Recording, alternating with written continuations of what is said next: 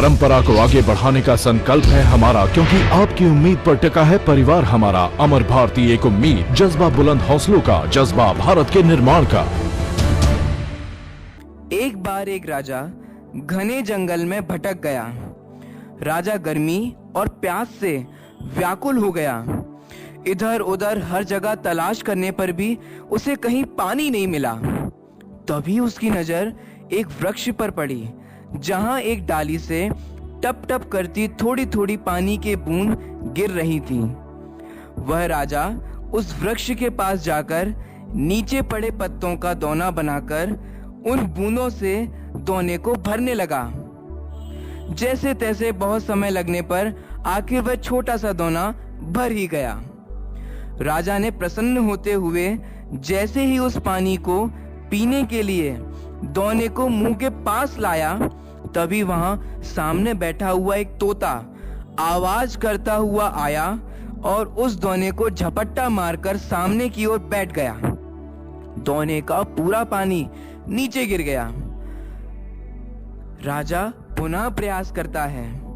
पुनः प्रयास कर जब वह पुनः पानी को पीने लगता है तो तोता फिर दोने को गिरा देता है।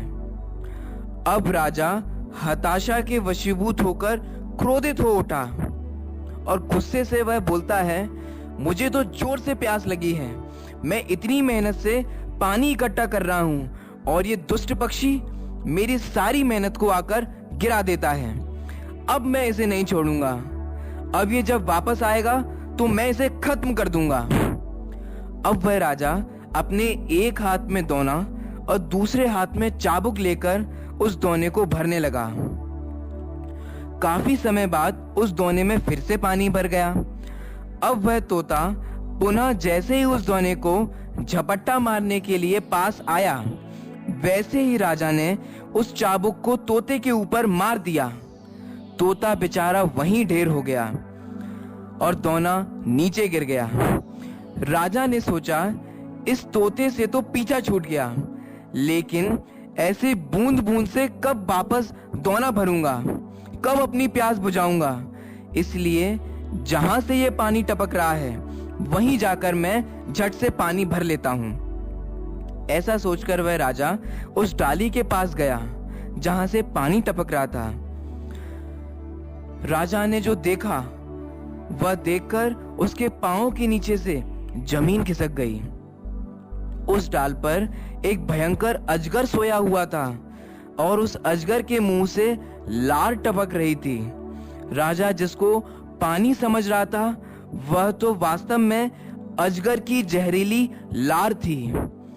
राजा के मन में पश्चाताप का समंदर उठने लगता है और वह सोचता है, हे प्रभु, मैंने यह क्या कर दिया। जो पक्षी बार बार मुझे जहर पीने से बचा रहा था, क्रोध के वशीभूत होकर मैंने उसे ही मार दिया। काश मैंने संतों के बताए हुए उत्तम क्षमा के मार्ग को धारण किया होता, अपने क्रोध पर नियंत्रण किया होता, तो मेरे हितैषी निर्दोष पक्षी की जान नहीं जाती। अब अपनी बात पर आते हैं। कभी कभी हमें लगता है कि अमुक व्यक्ति हमें व्यर्थ ही परेशान कर रहा है, लेकिन हम उसकी भावना को समझे बिना क्रोध कर न केवल उसका बल्कि अपना भी नुकसान कर बैठते हैं। इसीलिए कहते हैं कि क्षमा और दया धारण करने वाला सच्चा वीर होता है। वास्तव में क्रोध तो वो है जिसकी उत्पत्ति अज्ञानता से होती है और अंत पश्चाताप से। इसलिए आज क्षमा वाणी के पावन पर्व पर हमें वैर भाव को त्याग कर सभी जनों से विनय भाव पूर्वक क्षमा मांगनी अथवा